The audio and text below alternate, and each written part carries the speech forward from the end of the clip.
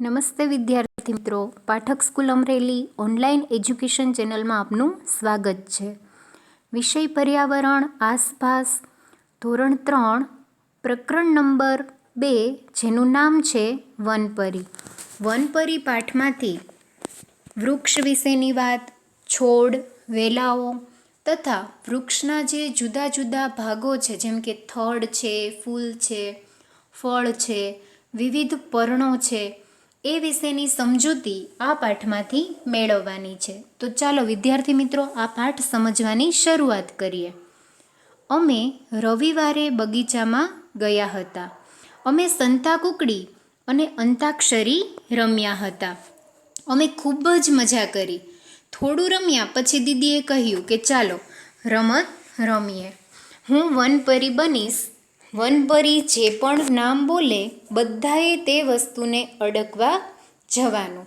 હવે વિદ્યાર્થી મિત્રો, કેટલાક બાળકો છે જેમને રવિવારની રજા હોય છે એટલે બધા બગીચે જાય છે અને ત્યાં જઈ જુદી જુદી રમતો રમે છે, જેમ કે સંતાકૂકડી, અંતાક્ષરી, અને એમની સાથે એમના દીદી પણ હોય છે.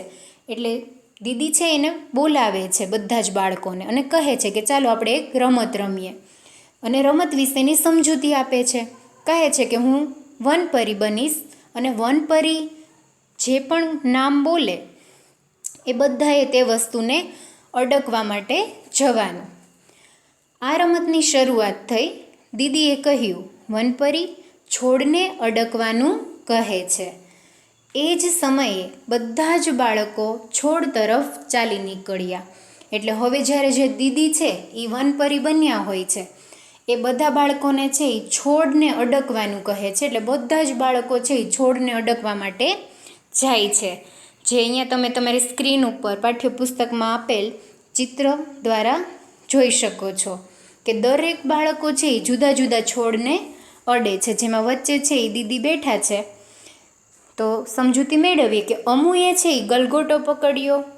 શબનમે બેસીને જાસ્મીનના છોડને સ્પર્શ કર્યો.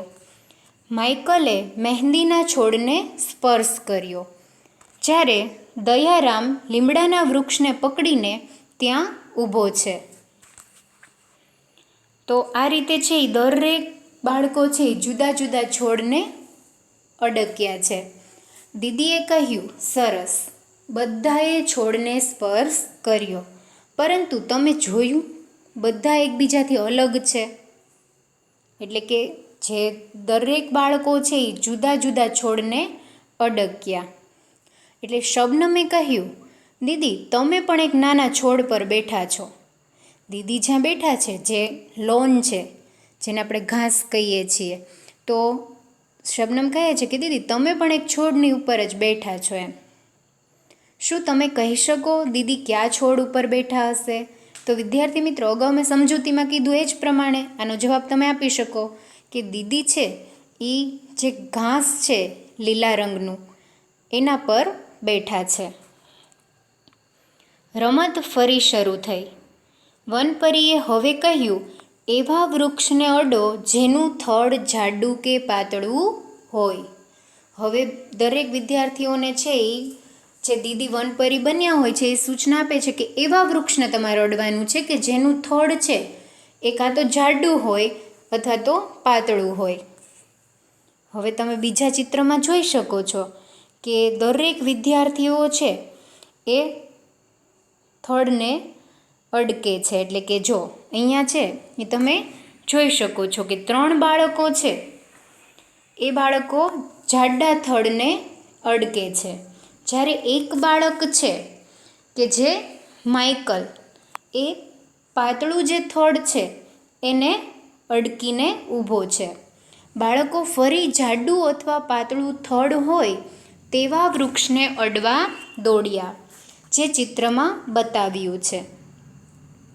તમે એવું કયું વૃક્ષ જોયું છે જેનું થડ જાડું હોય?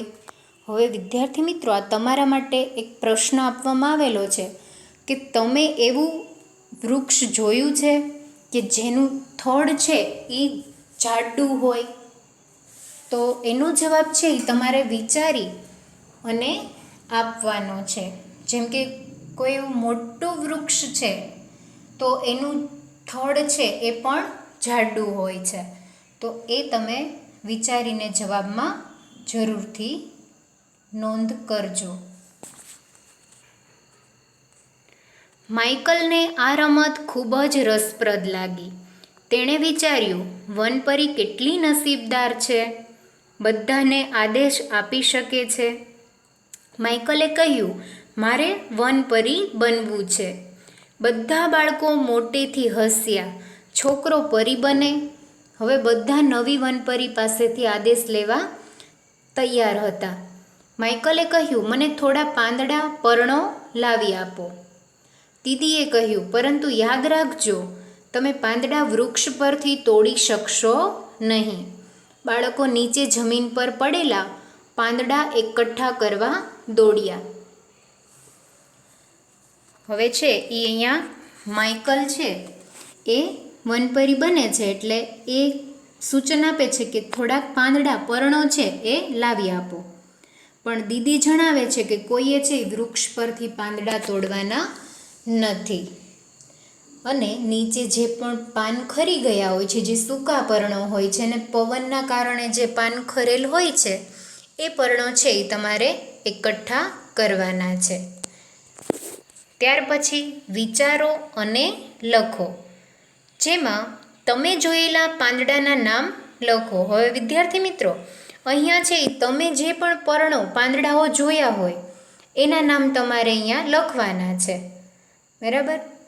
જેમ કે આંગણામાં જે વૃક્ષો છે, છોડ છે, તો એ પર્ણોના નામ પણ તમે લખી શકો છો. તુલસી, લીમડો, ગુલાબ, પીપળો. એટલે કે તમે જોયેલા પાંદડા પર્ણોના નામ તમે લખી શકો છો. શું બધા પાંદડાના રંગ, આકાર અને કિનાર સમાન છે?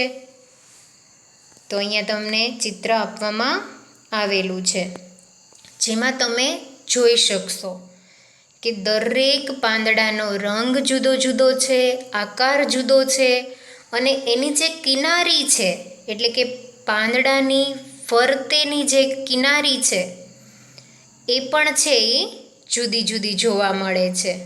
તો ચાલો આપણે એની સમજૂતી મેળવીએ. જેમ કે અહીંયા આપેલ પર્ણ છે, સૌપ્રથમ તો એના રંગની વાત કરીએ કે એનો રંગ છે એ જાંબલી, આછો ગુલાબી, લવંડર, કિનારીનો ભાગ છે એ આછો લીલો અને એકદમ જે છેલ્લી કિનારી છે એ કાળા રંગની છે. તો આટલા કલર એટલે કે જુદા જુદા રંગોનો એક જ પર્ણમાં સમાવેશ થયેલો જોવા મળે છે. સાથે સાથે એનો આકાર છે એ આપણે જોઈએ તો આકારમાં પણ છે એ આપણને એક હાર્ટ શેપ છે એ જોવા મળે છે, હૃદયનો આકાર હોય એ પ્રકારે. ત્યાર પછી એની કિનારી છે એ ખરબચડી છે, એ પણ તમે જોઈ શકો છો. ત્યાર પછી બીજા પર્ણ વિશેની સમજૂતી મેળવીએ, જેમાં અહીંયા તમને લાંબુ અને નાનું લીલા રંગનું પર્ણ આપેલ છે કે જે પર્ણની લંબાઈ છે એ લાંબી છે, પાતળું પર્ણ છે અને લીલા રંગનું પર્ણ દેખાય છે. સાથે એની કિનારી વિશે જોઈએ તો કિનારી છે એકદમ લીસી છે. બરાબર? અને એ પર્ણ છે એ કરેણનું છે. અગાઉ આપણે જે પર્ણ વિશે સમજૂતી મેળવી એ પર્ણ છે એ શ્યામ તુલસીનું છે. ત્યાર પછી બીજા પર્ણ વિશેની સમજૂતી, જેમાં આ જે પર્ણ છે એ છે એ મહેંદી કલરનું છે, જેમાં ક્રીમ કલરના થોડા ટપકાઓ તેમજ ઘાટા લીલા કલરની ડિઝાઇન છે એ આપેલી છે. સાથે કિનારી લીસી અને થોડી ખરબચડી પણ જોવા મળે છે. અને આકારમાં પણ છે એ આપણને વિવિધતા જોવા મળે છે. કે તમે આકાર છે એ જોઈ શકો છો કે આ પ્રકારનો છે. ત્યાર પછી અહીંયા એક ડાળખી આપેલી છે અને જે ડાળખી છે એ લીમડાના વૃક્ષની છે. જેના પર્ણો વિશે તમે સમજૂતી મેળવશો તો તમને ખ્યાલ આવશે કે એની કિનારી છે ને ખરબચડી છે. નાના નાના પાન હોય છે, એક જ ડાળખીમાં ઘણા બધા પાન જોવા મળે છે. સાથે એમાં પણ છે એ અંદર પીળા કલરની રેખાઓ દોરેલી જોવા મળે છે. ત્યાર પછી જે આ મોટું પર્ણ છે એના વિશે આપણે સમજૂતી મેળવીએ કે આ જે મોટું પર્ણ દેખાઈ રહ્યું છે એ પંખાનું છે. એમાં તો 3 રંગોનો સમાવેશ થયો છે અને કિનારી તો ખૂબ જ ખરબચડી જોવા મળે છે. રેખાઓ છે એ સ્કાય કલર એટલે કે દૂધિયા રંગની છે. ઘાટો લીલો અને આછો લીલો એ પ્રકારે છે એ 2 રંગો સમાવેશ થયા છે. ત્યાર પછી આ પર્ણ અહીં આપેલ છે એના વિશે સમજૂતી મેળવીએ. જે તિલક તુલસી છે અને જેમાં મહેંદી કલર અને લાલ કલર એ 2નો સમાવેશ થાય છે. ઘણી બધી રેખાઓ આવેલી છે અને કિનારી છે એ ખરબચડી છે. ત્યાર પછી અહીંયા આપેલ આ પર્ણ વિશે સમજૂતી મેળવીએ તો એ પર્ણ છે એ પર્ણમાં જુદા જુદા રંગોનો ઉપયોગ કરવામાં આવેલ છે. જેમ કે ઘાટો ગુલાબી છે, આછો ગુલાબી છે, સ્કાય કલર, દૂધિયા કલર, ગ્રીન એટલે કે લીલો કલર, કેટલાય રંગોનો સમાવેશ કરવામાં આવેલો છે. ત્યાર પછી અહીંયા આપેલ પીપળાનું પર્ણ તમે જોઈ શકો છો. અહીંયા પીપળાનું પર્ણ આપેલ છે જેમાં પણ આછા કલરો આપવામાં આવેલા છે. આછો લીલો છે, પીળો છે અને કેટલીક રેખાઓ દોરેલી છે અને એનો આકાર પણ છે એ જુદો છે.